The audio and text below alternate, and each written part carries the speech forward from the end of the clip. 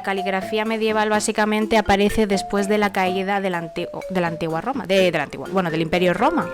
Y en todas las partes, o sea, en todos los demás sitios, para poder seguir con aquella cultura de Roma, que es la cristiana y luego el idioma latín, ¿tengo entendido? Sí.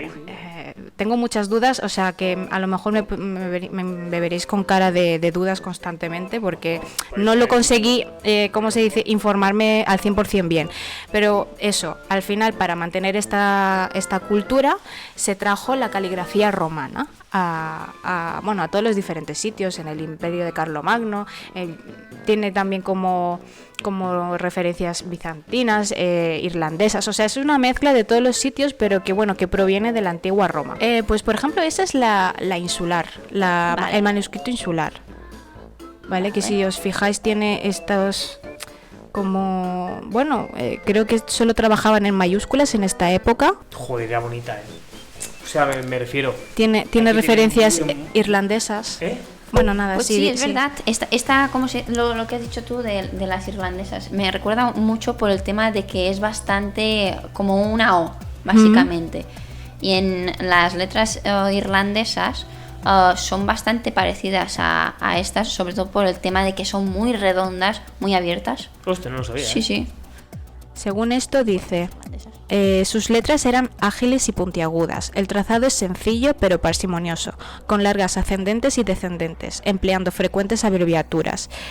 Esta letra se mantuvo en uso hasta finales del siglo XIII, diseminada por el continente gracias a monjes misioneros irlandeses, quienes influyeron en la aparición de la escritura carolingia. Sirvió también de modelo para los caracteres tipográficos empleados en la impresión de texto gaélico. No sé, es como muy a bandera, ¿cómo decirlo? Muy bandera. Como sí. Rollo que ¿sabes? Una base de escritura, ¿no? Que luego se fue evolucionando. Y luego más adelante abajo tenemos la uncial artificial, que esta es la que yo decía que no tenía minúsculas. Y dice, cuando la Iglesia adoptó la escritura carolingia en el siglo IX, la uncial pasó a servir de mayúscula. Su amplia difusión dio lugar a variantes locales de las que derivaron, entre otras, las mayúsculas góticas, que la caligrafía tiene su trabajo y en su día, cuando aún no había ni lo de los tipos móviles y que todo estaba... ¿Sabes? Como que hubo una época que ¿cómo se dice? Los calígrafos, se dicen, como que tuvieron miedo cuando apareció la imprenta. Claro, y entonces como que... Sí, y como lo que ocurre hoy en como día. Las impresoras cuando salieron, ¿esa? Sí, y eso como que intentaron de alguna manera que permaneciera, bueno, y hasta hoy en día la caligrafía sigue existiendo, lo que pasa es que ya no es una cosa muy fundamental como hubo en su momento. Así es más ornamental para, por ejemplo, trabajos actuales que son más específicos, sí. Como por ejemplo, para la gente que no conoce a Uriol Miró. Es un calígrafo de Barcelona, que porque es la leche este hombre haciendo este tipo de caligrafías. Os recomiendo que miréis sus trabajos. Bueno, si queréis, pues pasamos ya de la caligrafía a la heráldica europea. Vale. Esta es bastante también interesante. Esta es muy bonita, la heráldica europea. Me apasiona bastante. O sea, me llama muchísimo la atención porque es la primera señal de composición de conceptos en imagen. Si nos ponemos en contexto, hablamos de una época en la cual el concepto de conquista es el que estaba desarrollado, quien más hectáreas y quien más campo tenía era más poderoso, y las batallas que había un montón de caballeros y demás. ¿Qué pasa? Que cada uno, cada casa, cada familia quería identificarse con un escudo, con un emblema, con algún elemento que simbolizara a su familia. Entonces hablaban con artistas para que simbolizaran esos conceptos que les comunicaban dentro de sus de símbolos. Entonces, gran parte de ellos tienen obviamente animales, tienen como águilas, es decir, animales que son fieros, que son como casi divinos, como deidades, que están arriba siempre volando, que es lo que busca el hombre, y plasmados en un escudo con una bandera, con una corona, con una espada de por medio. Que representase eso. En representación de conceptos de la gran familia, somos valientes, los leones, somos honrosos, somos una casa grande y codiciosa, etcétera. Y para mí esta fase es el principio de los logos. Es el concepto inicial de los logotipos que conocemos hoy en día. Pues sí, y una vez más, como que se afirma esa frase que dijisteis al principio sobre las pinturas rupestres, sobre que había una necesidad de representación gráfica. Pues en este caso ya no es que necesitemos representar o sea, necesitamos que nos representen, o que represente de qué territorio somos, de qué casa somos, o sea, y yo creo que ahí es ¿cómo se dice? Estoy perdido, man. No, es como que ahora tenemos aquella necesidad de identificarnos. Claro. Es como, sí, ¿sabes? Y de ahí a raíz, pues eso, salen todo, banderas, DNIs. Sí. ¿Sabes? O sea, ¿sabes? O sea, a ver, me he ido demasiado muy actual, pero que bueno, que ahí vienen los inicios, ¿no? Sí. Banderas, DNI. Es que claro... Señalización de escaparates. Sí, es verdad. Bueno, a ver, súper bonito, que me ha costado encontrar información. La vida, ¿no? Bueno, pero más que información es por el motivo en el cual surge. Sí. Es muy bonito. Sí. O sea, realmente la señalización ya existía. O sea, no es una cosa nueva que ahora, a partir de este momento que fue siglo XIV en Inglaterra. No, a partir de ese momento no es que se empiece, sino que sí que es verdad que a partir de ese momento se empezó a que fuera obligatorio que hubiera señalización de escaparate. Y esto fue porque en el siglo XIV el rey de Inglaterra, llamado Ricardo II, Richard Second, sí, ¿no? Iba por ahí. ¿Cómo? Richard II. Ricardo tú. No, tú, Second. No se diría Second. Richard II. Oh, King Richard. No, que va a haber tampoco, O sea, tengo que mejorar mucho mi inglés. El Rich. Pues la cosa es que... El otro. El Richie 2. Pues en ese momento se ve que tenían un problema en el agua, que estaba contaminado, y se ve que se consumía muchísimo cerveza. Entonces, en las casas donde vendían cerveza, se les obligó a sus sitios que empezaran a poner la señalización de escaparate para que los inspectores que iban allí pudieran identificarlos enseguida, porque se ve que iban allí a revisar si la cerveza estaba bien. Y ahí surgió las tabernas, los sitios de cerveza.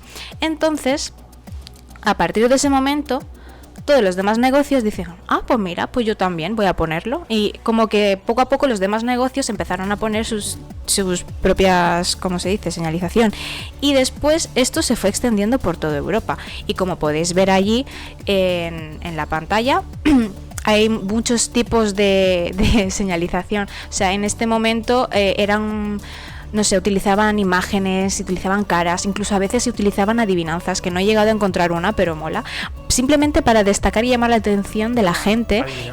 Incluso adivinanzas, pero no he llegado a encontrar. Y yo qué sé, o por ejemplo lo típico, un zapato para saber que eso es una zapatería, o yo qué sé, un cisne. Un cisne, no sé de qué es eso, pero bueno, da igual. Entonces, eso, la intención era que bueno... Otra vez más, identificación, necesitamos identificarnos, pero en este caso nuestro negocio. Y está muy guay porque hasta hoy en día podemos encontrarnos algunos sitios que siguen conservando este tipo de señalización, sobre todo por Inglaterra, por Irlanda, que Cata lo sabe, que ya ha estado allí. Y muy típico. Sí. Es una pasada porque ahí en Irlanda sí que se conserva mucho lo que son los escaparates, estilo... Como tú habías dicho, la caligrafía carolingia era la que se parecía. La manuscrita insular. Exacto. La insular era. Porque es que son, o sea, a mí me parece son hermoso muy similares. Porque conservan eso antiguo suyo. Muy, muy bonito, la verdad. Muy bonito. No, la verdad es que estas cosas están muy bien conservarlas porque son parte de la historia. A mí lo que me apasiona es, en aquella época, de repente yo tengo una taberna, que tomo cervezas, me ponen esta ley, ¿dónde hostias voy? A decirle, oye, necesito un cartel, necesito algo que me identifique. O sea, entiendo que vas al orfebre de turno, al herrero, un artesano, vallas. Sí. Claro. O sea, son letreros de metal. Seguramente. Sí, a ver, supongo que empezaron por lo basic, ¿no? Con madera, así en plata. Hombre, pero luego me fue mejorando la cosa. Sí, no, y además tú piensas, el rey Carlos no sé qué, no sé cuánto. No, era Henry, no. No, Ricardo, no sé cuánto, no, pues. Carlos ni Henry, no, Ricardo. Ricardo, no sé qué, ha puesto esta nueva normativa. Hay que poner los escaparates, no sé qué, bla, bla, bla, bla, bla. Pues lo chillaban tan alto, pues. Sí. Y además eso Los se comunicados divulgaba. eran Esto así. es como las viejas del visillo, que lo van divulgando todo, por lo mismo. Ya, pero mi pregunta no es si lo divulgaban. Mi pregunta es que una vez divulgado, Sí. ¿a dónde acudías? Bueno, pues. Por ¿a qué desgracia, más barato te lo hacía? no he encontrado No, información. ya, pero me gustaría, digamos, Pero- encontrar alguna respuesta, aunque sea rápida, porque fíjate que es que hay tipografías incluso en ese A ver, hay que decir que a lo mejor esos carteles son más actuales que... Claro. Hombre. Pero es para hacernos una idea de lo que era antaño, Sí. ¿vale? O sea, es que Hombre, ha sido... Os lo juro que ha de sido... vidrio y ya me dirás tú, de plástico. Es que ha sido complicado encontrar Sí, información. normal. Imaginaros señalización de aquella época. O sea, Digo, hello. con el hierro en la época. No. I'm Bueno, so sorry. entiendo, Sí, hostia, pues siguiente punto es invención de la imprenta de Gutenberg. Mira, tanto mencionarlo, tanto Veamos. spoiler, Chan, que chan, por chan, fin chan. hablaremos de este magnífico hombre. Este magnífico hombre. Háblanos, Alien. Bueno, Alien. a ver, yo, la verdad es que, a ver, de este hombre, os voy a decir la verdad. He empezado a leer a este hombre, ¿Y? pero así a medida que iba leyendo, es que me ha caído muy mal. Lo tenía como hombre icónico de decirle impresión, de no sé qué, pero luego Ostras, pues yo- parecía que te caía bien tanto no, mencionarlo claro, durante claro. todo el Claro, podcast. Claro. pero luego de repente, claro, tú ves Esa era la vidilla del podcast. que los Ah. móviles, los Que chinos, después. ¡zas! Hostia, pues yo como espectadora, porque como he llegado tarde. Venga, sigue explicando. entonces, claro, tú ves que los tipos móviles lo miran a los chinos, viene este y te lo copia, pero en metal. Sí que es verdad que luego, pues movida en masa. Lo que pasa es que, claro, o sea, Gutenberg, vamos a empezar por el principio. Hablamos que Gutenberg nació en Maguncia, ¿de acuerdo? En Alemania, en el 1400. Y que era el conocedor del arte de la fundición del oro. ¿De acuerdo? Vale. Digamos que destacó como herrero en el obispado de la ciudad, bueno, etcétera. Digamos que, y a mí lo que realmente me interesa de este hombre, ¿vale? Es algo que no he conseguido encontrar mucha información, tampoco no es que me haya puesto mucho, pero dice que, o sea, nada se conoce de Gutenberg hasta en 1434, que residió como platero en Estrasburgo. Platero, Vale. haciendo movida, vasijas de plata, etcétera, ¿vale? O sea, se sabe cosas de él a partir de ese año. Correcto. Vale. Donde 5 años después se vio envuelto, ojo con esto, se vio envuelto en un proceso que demuestra de forma indudable que Gutenberg había formado una sociedad con Hans Riffel para desarrollar ciertos procedimientos secretos. What? ¿Tenía una secta como nosotros? Sí. Yo entiendo que cuando dice procedimientos secretos son procedimientos de la imprenta. Porque este hombre que se llama Hans Riffel, Sí. o Riffel. Riffel, que se llaman, Hans Riffel. este hombre fue el que le... Ay, Dios mío, ¿cómo se dice esta palabra? Cuando te pagan pasta, te subvencionan el Sí. proyecto. El proyecto de, mediante una apuesta, obviamente, de hacer una Biblia impresa. La primera Biblia impresa. Eso es lo que a Gutenberg, mediante una apuesta, ¿de acuerdo? Se le plantea y él dice que sí. Entonces, a este hombre, al Hans Riffel, le interesa el proyecto y se lo financia.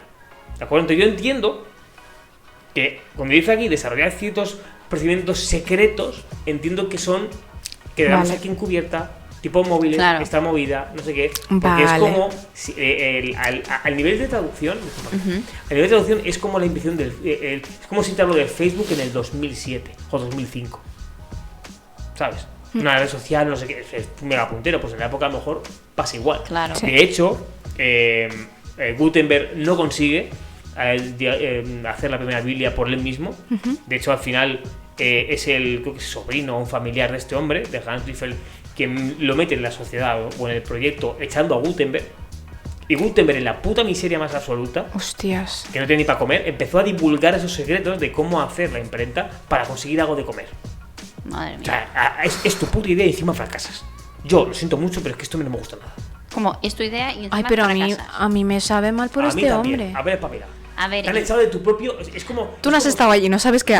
No, es como Steve Jobs, tío. Has inventado tú el rollo, Sí. te han echado, tío, pues te los cojones de volver. Y luego dice Steve Jobs. Nosotros Ya. pero es que en Mejor. esa época la vida era mucho más difícil. Mucho Eran más dura. condiciones complicadas, eran Bueno, diferentes. es que lo Bueno, pero bueno, puedo sí que comprender, podía haber pero- tenido más... A ver, no lo sabemos, no lo sabemos. Estos son Exacto. informaciones de internet que a lo mejor él en su momento sí que luchó. Claro. No lo sabes. Pues no me cae A mal. saber cómo luchó. Ya, claro. Y a ver cómo podía hacer las cosas. A lo mejor no tenía ningún para comer y hizo lo que pudo para poder subsistir. La subsistencia te lleva a cosas que a lo mejor nunca querrías hacer, pero las haces. ¿Por qué? Por subsistencia. Ya, pero le tengo mucha rabia. Bueno, lo que hay. Bueno, pues yo no. Yo A puedo... ti te da pena. A mí sí. Pues sí, al fin y al Hombre. cabo, que era la idea suya y encima le hacen esto. A mí me Claro. caen peor los demás que le han apuñalado por detrás que él. Exacto. ¿Venganza? No Ya, digo, no digo de matar, Entonces, sino de ¿por qué te inventar cae algo mal mejor. él? Entonces te O sea, tendrían ¿quién te- que caer más mal los otros que No. le apuñalaron por detrás. No, ¿Por qué? Porque no. él no tuvo los santos huevos de volver o Correcto. hacerlo como... Correcto. A ver, No es que sé. como yo he dicho, no sabemos lo que ha pasado y a lo Exacto. mejor sí que luchó por ello, pero no pudo, o lo amenazaron de muerte o lo que sea. Sabes que en ese momento todo era muy macabro. Tenemos, digamos, Sí. información suficiente. Pues por eso aún así, digo. de momento, hasta el día de hoy me cae mal. A mí no. Vale. Yo empatizo Me con cae mal, Gutenberg. te da pena.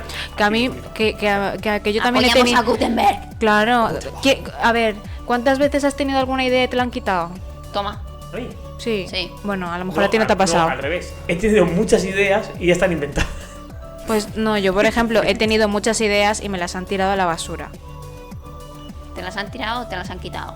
Me las han tirado y me las han quitado. Las dos cosas. O sea que... Bueno, si os fijáis cómo está compuesto, bastante interesante, porque encima, Mm. o sea, pensad que la tipografía en ese caso te recuerda mucho a la, ¿cómo se dice?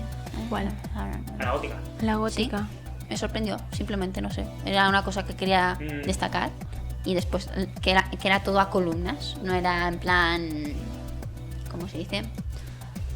A párrafos largos. Ujú. Vale, Ujú. justificado, ¿no? Digo, Justificado. No, justificado no, sino es que no eran eran dos columnas compuestas y no una sola misma, Ah, vale. ¿sabes? Vale, que Entonces- en una página dos columnas y no una página únicamente. Vale, primeros logotipos, chicos. Esta, es que no sé por qué a mí me han tocado los puntos donde me ha costado encontrar información. O que en el sitio donde hemos utilizado de referencia, Sí. me ha costado entender qué era, o sea, qué explicaba exactamente lo de los primeros logotipos, a qué se refería. Porque claro, primeros logotipos es muy relativo, puede ser como lo de la heráldica europea, que fueron ahí los primeros logotipos. Pero se ve que aquí se refiere en la época de la impresión, que en las imprentas se empezaron a imprimir por primera vez logotipos. ¿Sabéis por qué? Porque dicen que con los logotipos con un tamaño más pequeño, ahí es como que podían saber si la impresión estaba bien hecha. O sea, hacían pruebas de reducción.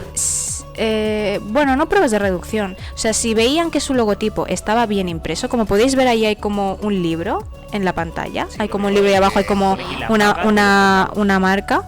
Pues eso era la marca de la imprenta, o sea, mentira, el logo de la imprenta, Ah, mira. ¿vale? Pero si el logo se veía perfectamente, eso significaba que el resto de elementos, textos, títulos, lo que sea, también se verían bien. Era como... Ah, mira. Y esto... Como un sello de garantía o... No, era más bien era como una marca de imprenta que hoy en día tenemos las guías, sangrados Sí. y colores. Pues eso era su marca de imprenta en ese momento, que a la vez se convirtió en su logo de representación de la imprenta, su firma. O sea, fue una cosa muy, muy extraña. Guau, la genética más guapa, tío. Sí, me ha costado entenderlo, ¿sabes? Porque Claro. me he tenido como que releer y digo, a ver si lo estoy entendiendo bien.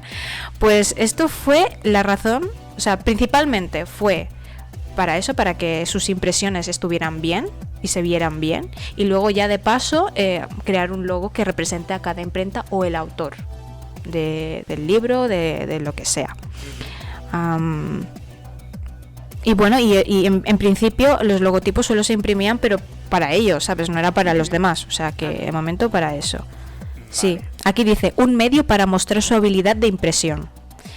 Y bueno, básicamente las marcas, eso, como os he dicho, representaba lo que es la imprenta y solían utilizar pues símbolos, viñetas alegóricas, jeroglíficos o referencias simbólicas que hace referencia al impresor. Seguro que había así como competiciones entre imprentas. O puede ser. Mira la mía, tiene más calidad que la tuya. Yo lo veo, ¿eh? Y esto se desarrolló durante los años 15 y 18, 3 siglos, especialmente en Alemania, España, Francia, Italia, Países Bajos y Portugal.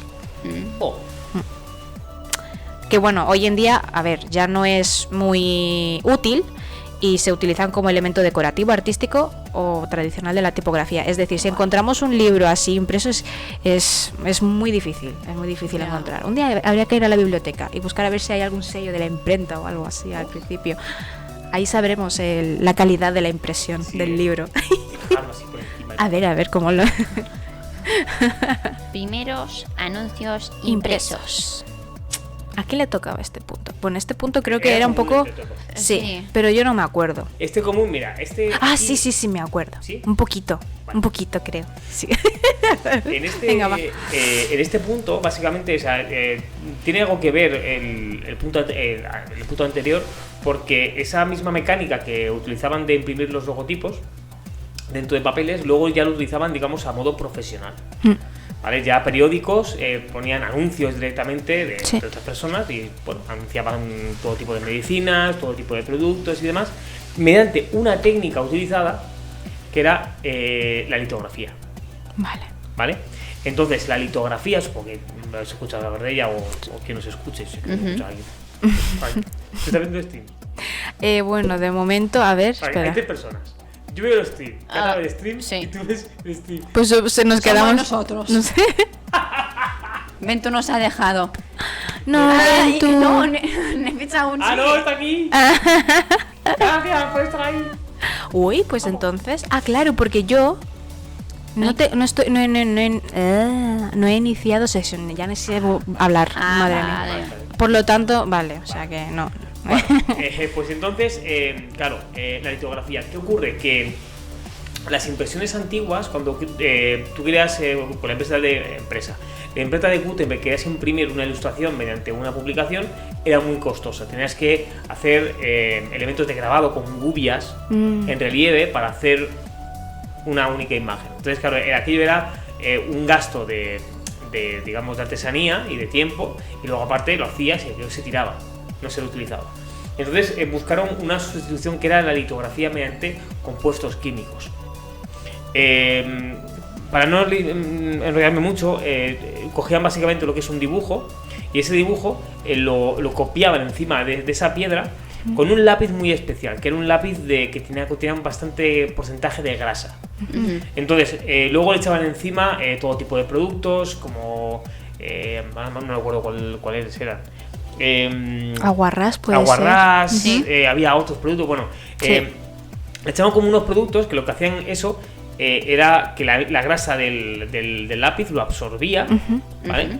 Y luego, mediante los productos químicos, lo que hacían era únicamente que la zona del dibujo, ¿vale? quedara como impregnada, ¿vale? Como a punto de que en el momento que tú pases el rodillo con la tinta, solo quedase esa parte del dibujo con la tinta. ¿Vale? Entonces, mediante esos procesos químicos se ahorraban el tema de gubias y lo único que tenían que hacer era coger la impresión, coger la hoja, ponerla encima de la piedra, presionar y volver a levantarla.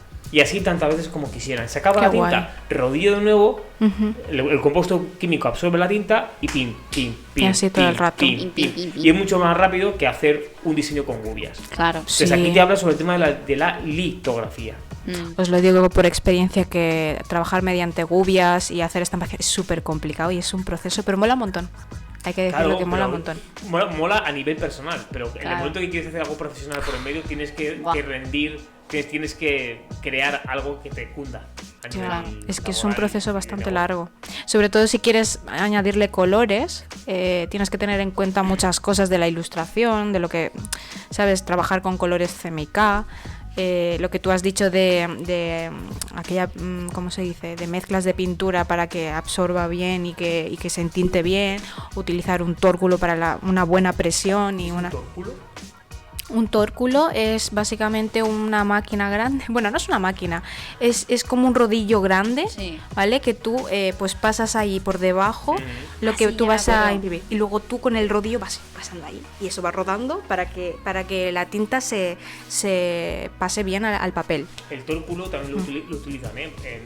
O sea, he puesto un ejemplo de la piedra y la mano a nivel casero, Sí. pero Hombre. en litografía usan el tórculo. Es que es lo ideal, pero es un para que entienda cacharraco, un poco la gente, pues... es un bicho, ¡buah!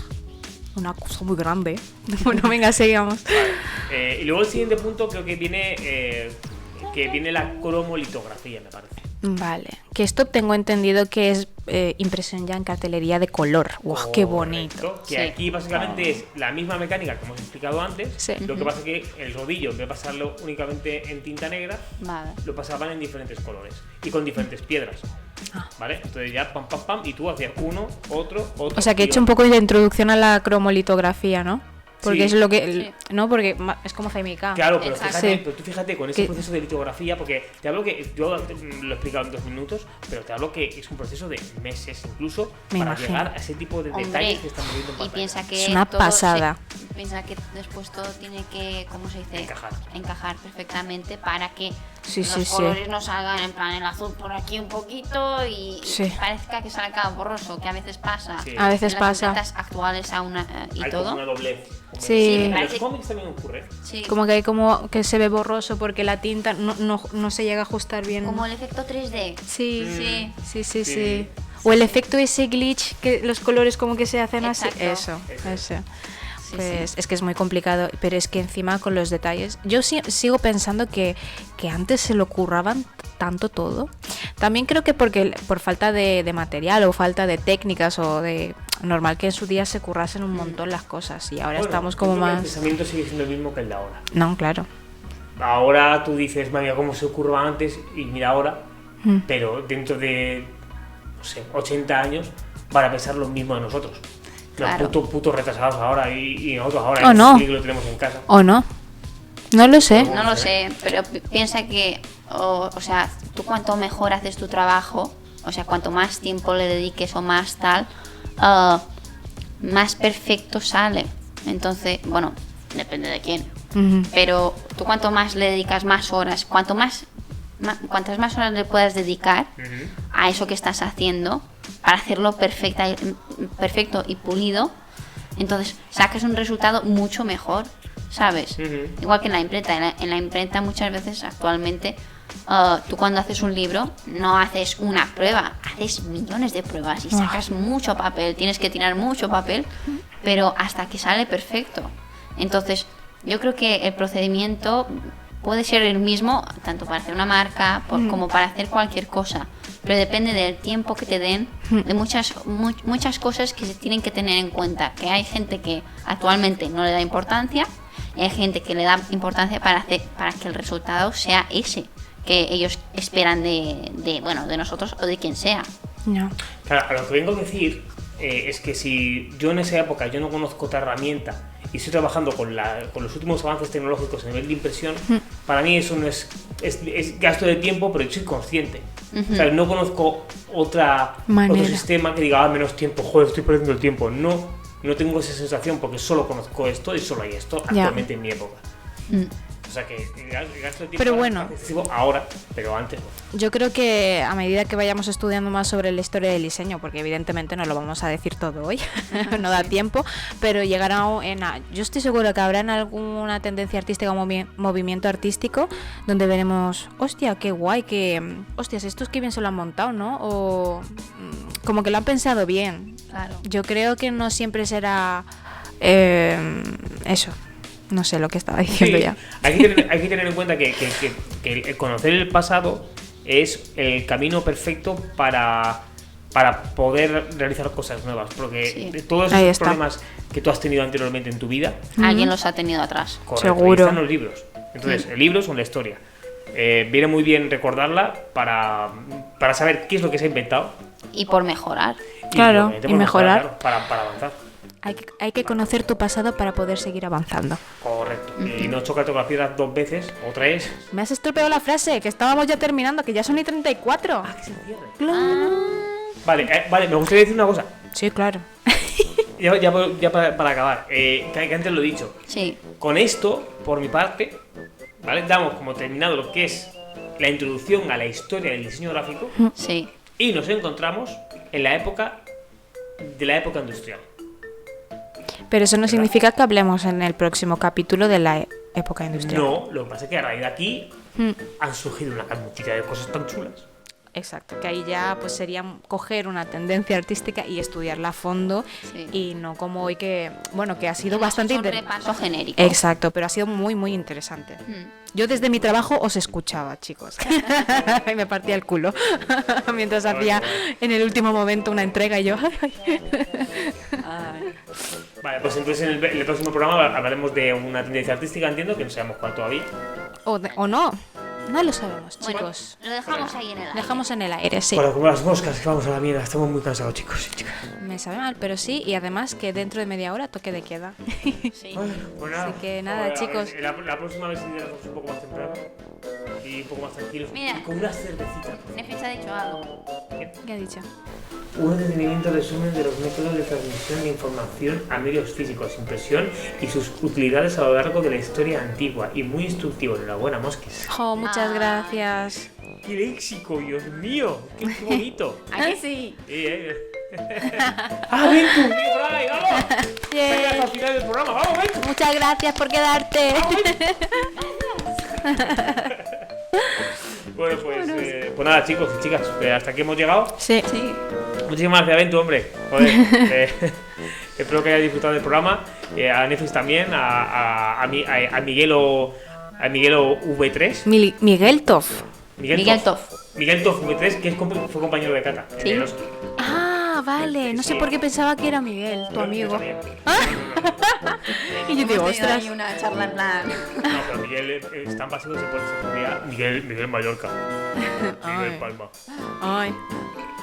Vale. Pues nada, pues lo dejamos hasta aquí. El próximo programa vendremos con más tiempo. Sí, con más tiempo, más preparado y os agradecemos que hayáis escuchado nuestra buena mierda. Yeah. Sí. Así que gracias por quedaros allí. Un besito.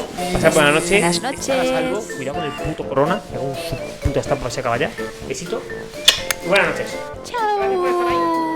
Deu, deu, Tengo que deu. apagar yo, apagas tú.